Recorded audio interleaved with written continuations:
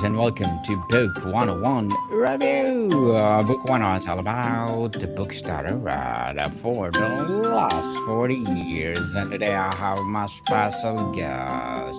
One of her advocacy, equipping families with the tools for kindness, confidence, and a clear future. And of course, the author of the book, More Than a Pizza Party, none other than Mace. Margaretrose Cox. Hi, Daniel. It's nice to be here with you. Thank you for Welcome, having me. yes, welcome on Book 101 Review, Miss Margaret. And can you please introduce more about yourself that I miss? I am a mindset and performance coach who helps young people to grow into the best version of themselves. And I was inspired to write this book to help children to learn how to be kind and compassionate from a very early age. Yes, and thank you so much for doing that, for sharing your knowledge and wisdom to the world, Miss Margaret. Thank you. Let's celebrate for your wisdom and knowledge you imparted to us. So today, let's talk about raising kind kids, the power of small acts that shape a lifetime, which is correlated to your book, right? Yes, very much so. Um, because young people have their subconscious mind is so open, and everything that they experience and they absorb from the age of 0 to 8 years old shapes their belief system. And if they learn that belief system early of being kind and compassionate, that's something that will resonate with them for the rest of their lives. In a world that often prioritizes individual achievement, why are convinced that kindness is not just a soft skill but a core component of a child's long-term resilience and success? Yes, I'm sorry. Yeah, so the long-term resilience, it's not just a soft skill. It's actually something that really can be anchored into their belief system, that kindness matters, that it's not just about themselves. When everything else in the world is telling them that it's all about them, they need to learn at that early age that it isn't, that actually giving back to other people makes a significant difference in their lives. And then understanding that the the emotion that that generates for them in the giving and not just receiving, because everything tells them all about what they get, and I want them to understand that it's about what they're able to give to open up the circuit of generosity. How do you define kindness for the purpose of your book, Miss Margaret? Is it emotion or behavior or moral choice of It's all three? I think it's both. I think it's moral in the idea that it isn't, it's what we're commanded to do. I mean, we're to give to others. We're to be able to be open to see someone else's pain and compassion, and to have that compassion to help them. And so really just kind of living into that for them. Miss Margaret, in the subtitle mention, let's say, the power of small acts, or yes, or more than a pizza party. Why is the focus on a small daily moments is more impactful for building character than grand occasional gestures? Yeah, because it's the small acts that we do every day that will shape that will shape our character. And to understand that your thoughts actually affect your character, and understanding that you need to be able to have the good positive thoughts that in those small acts on everyday repetition and continuity and consistency that shape who you are and who you become. What is the most important first step a parent can take to shift the family culture from one of a devout business to one of intentional kindness? I think one of the ways for parents to start doing that is to demonstrate those behaviors with their children, but not just demonstrate, but include them in the process. Because if you don't include them in the process, they're just yeah, they're witnessing it and they see it, but they're not being taught how to do it. And so all too often we'll go in as parents and we will fix what our kids make mistakes on, but not include them in the process of fixing it. And so something as simple as, if you're going in and telling your child to make their bed. Okay, this sounds like it's such an easy thing to do. You go tell your child to make their bed. Hmm. Excuse me.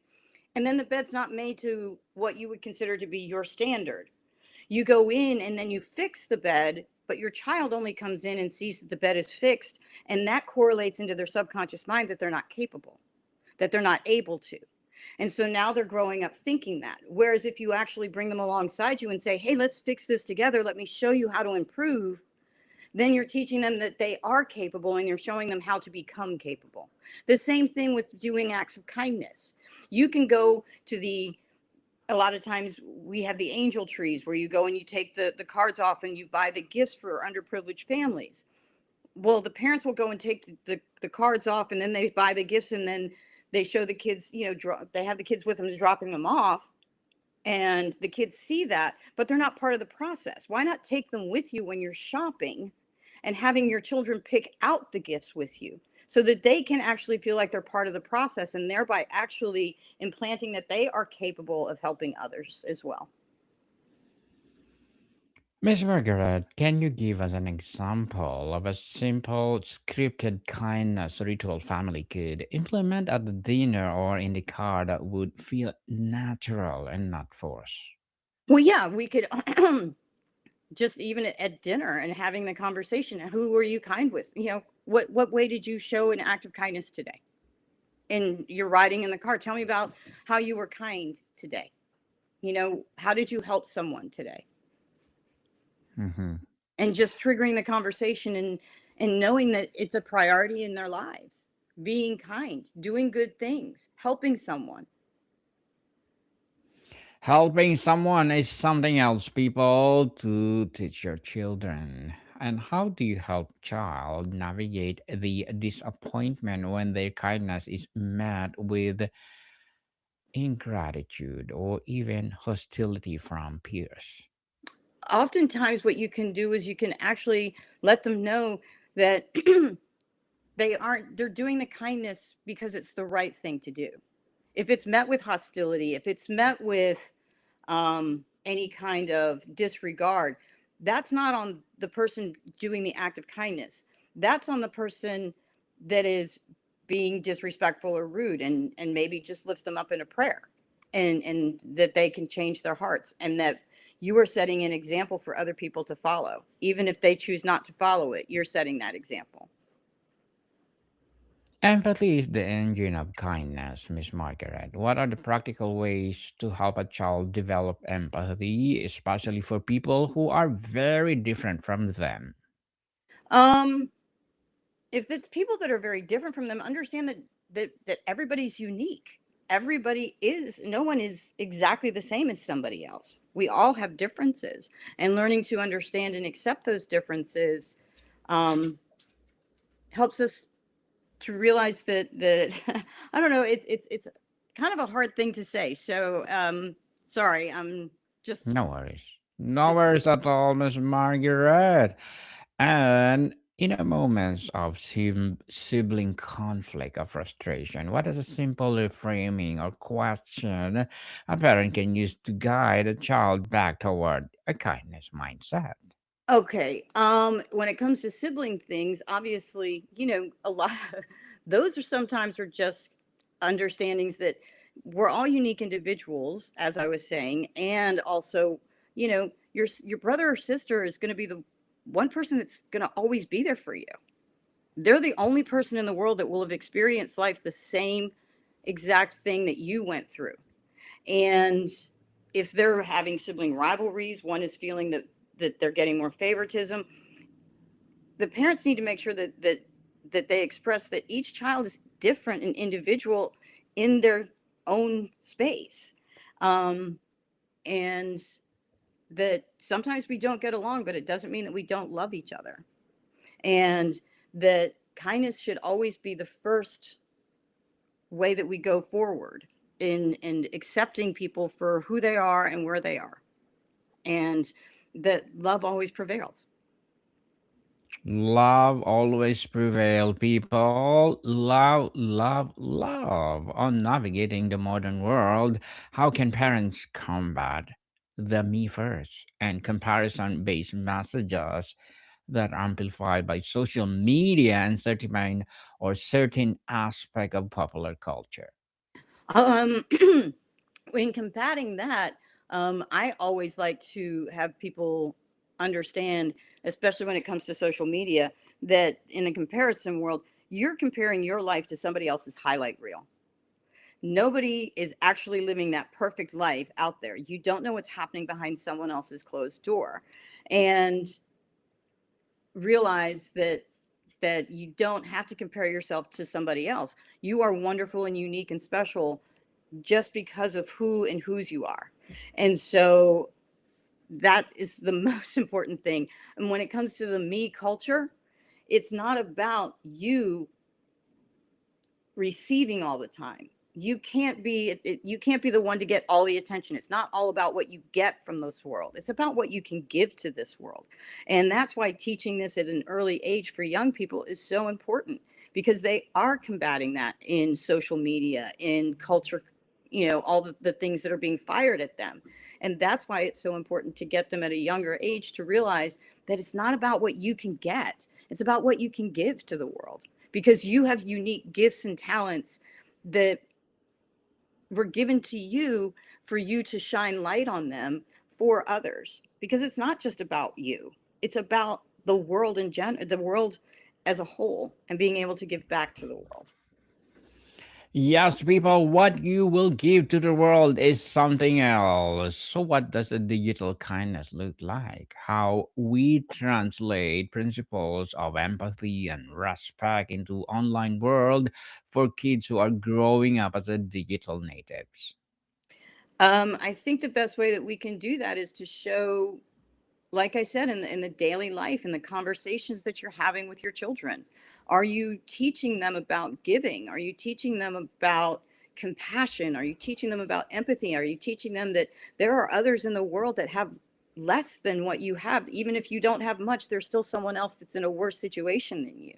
And I go back to an old saying that my brother taught me, is that I sang the blues because I had no shoes, walked down the street and saw a man with no feet. Stop worrying about what you have and start really considering that there's somebody out there that you can help. There's somebody out there that needs your voice to help get them through a bad day.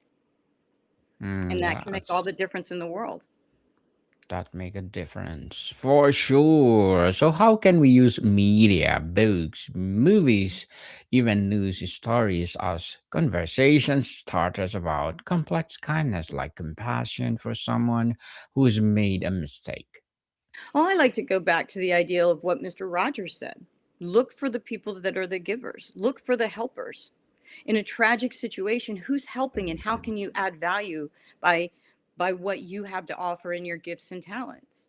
Maybe it's that you can come alongside a friend who you know has been going through a hard time at home, or is having a rough situation with a teacher, or they're struggling in school. You can come alongside that person and just be that soft place for them to fall. You can also look in the tragic things that are happening in the world and say, where are the helpers? Where are the people that are helping, and how can I contribute to those helpers? How can I help the helper? Miss Margaret, what is your advice for a parent who feels they are modeling kindness, but their child is still going through a self centered or mean phase? How much is the developmental and how much is a cause of concern? I think in situations like that, the parents need to really kind of check and see what are the patterns and behaviors that are happening in their household. Are they truly connecting with their children?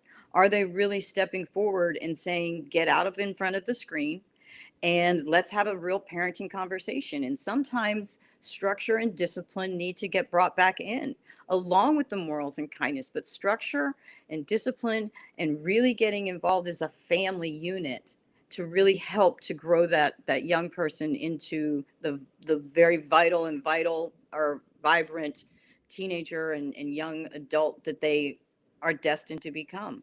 You have to raise their vibration from being in a negative, mean spirit and say, what's causing that? Why are they experiencing that? And is it because of the influences of the media, social media, YouTube, any of those things, and say, okay, it's going to be kind of tough in the first little bit of removing those those electronics or the screen time and saying we need to come together as a family, we need to share content with them, such as books like the one that I've written about More Than a Pizza Party, or finding other ways to have the conversation. I'm not pushing religion on anybody, but maybe going back to church and getting involved in their church and youth group, and making sure that the influences that are coming in from the outside are ones that are going to grow and benefit them. Miss Margaret, as an author, what are your short term and long term goals? My short-term goals are to actually get the book out there for more people to read, to understand that um, that a food drive at school is definitely about way more than a pizza party. Mm-hmm. It's about really feeding other people, and young people aren't taught that. And I want them to understand that. My long-term goals is to be able to influence the conversations, to really help people to understand that stepping forward into life and stepping and being a part of creating a family structure that gets the screens out of it, and really kind of starts having conversations again. Let's get back to a family meal around the table. Let's start having a change in the environment in the house to nurture and grow compassion and kindness. Yes, good luck to your goals, Miss Margaret, and looking forward for more success. Thank you. And what will be your piece of advice for those people out there want to be an author like you? Stick with it. I wrote this book 17 years ago when my son came home from school all excited about a pizza party. This is, a conversation that I ended up having with my son, and it was something that I wanted to really put out there. But I wrote it 17 years ago, and I couldn't find anyone to illustrate it. And so I finally found an illustrator, and I was able to create the book, and I published it online, and I stuck with it. And just don't give up on your dream. It's worth fighting for. You matter, your voice matters, and there's a reason why you're given the ideas from a higher power to move and create change in the world. Yes, people, don't give up. Don't give up and stop procrastinating Yes. and share your talents to the world. And Miss Margaret, can you please recommend a book of books that influence your journey? Books that have influenced my journey are As a Man Thinketh by James Allen. It's all about the power of thought and how you control the circumstances of your life. You are co creating your life with what I call the grand overall designer and higher power. And so you get to co create the life that you want, not the hand that you were dealt. And so live into that. And as you're stepping forward into that process of growth, Geraldine Barant wrote a great book called Your Invisible Power, and how you can visualize the life of your dreams. And you can create anything that you want for your life if you follow the proper path. You can create people and share to the world. Thank you for that advice, Miss Margaret. And for the, of course, your recommended book. And is there a place for required kindness, like family volunteering? So how do you make sure that it leads to internalization, not just resentment? I think living into it and really kind of, um, no, I mean, with kindness, if you learn it early, it doesn't need to lead to resentment, because resentment is really when you're giving with an expectation of something coming back to you. When you're giving, if you're giving with the right heart, with the right compassion, with the right empathy, it's not about what you're going to receive. And so, that in and of itself, if you're learning it to know that it's giving for giving's sake and not for giving for receiving, that's why you give, not to be able to receive anything in return. Miss Margaret, what is the most powerful story you've encountered for a small act of a childhood kindness, rippling out the shape of life, either the givers or the receivers itself? It's always the giver that receives the most. I mean, imagine, like, when young people and And it really is wonderfully to see. If you have my son's class actually went to an assisted living facility, and they went with with the kindness of just bringing flowers and um, cards to the elderly people that didn't have any interaction with young people, and to see the light and the joy on the faces. um, that's that's the power of giving, and showing that to a young person, because seeing, look at the power of what your gift is giving to someone. You brought them joy, you brought them happiness. um, when they see that, they understand there's no reason to be resentful. Yes. And Ms. Margaret, before we wrap up our discussion for today, I'm inviting you to please do listen to my other podcast, people. My other podcast, because my abstract essay is already in fifth season, abstract poetry in second season, and my book 101 review in fifth season too. Comedy 101 in its third season, and food 101 in its sixth season as well. Geography 101, love letters, movie 101 review, music 101 our fourth season, and science 101, sex 101 in its second season, and my baby podcast, Mental Health 101, Law 101, Bible Verses 101, Motivation 101, and of course, Entrepreneurship 101. Please listen to them wherever you listen your podcast. Ultimately, yeah, Miss Margaret, what is the single most hopeful message you have for parents who are trying to raise kind kids in a complex and often unkind world? I think the one piece of advice that I can share with them is listen to your children, be a part of their lives and guide them. Have kindness yourself and know that it's worth creating a balanced child who understands that giving is far more important than receiving, especially in this holiday season that is so Yes.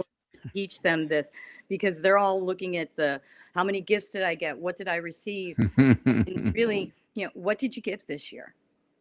What did you Mhm. give this year? Especially as we're going into this new year, shape it up to think every month, what's something special that you can give to someone else that you know, or a family in need, and how is that going to impact that other person's life in a positive way, and showing them that.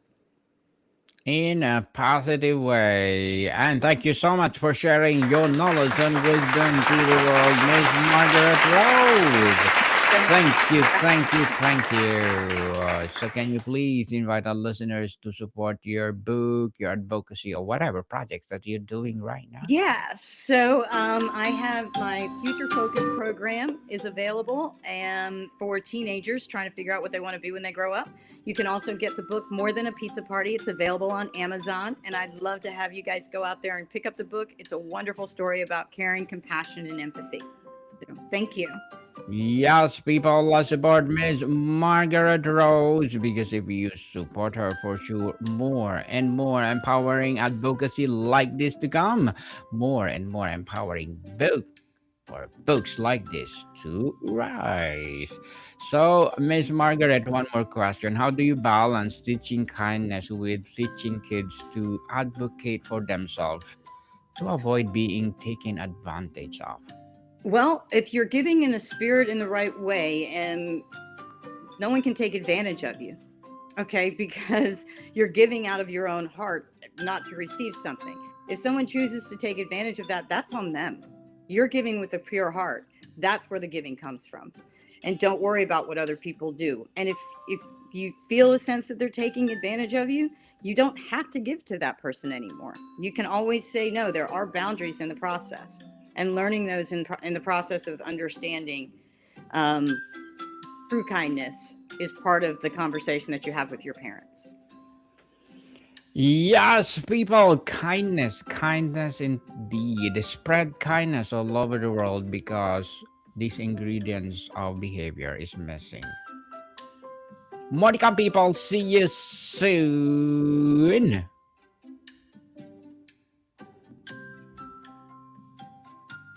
Thank you so much.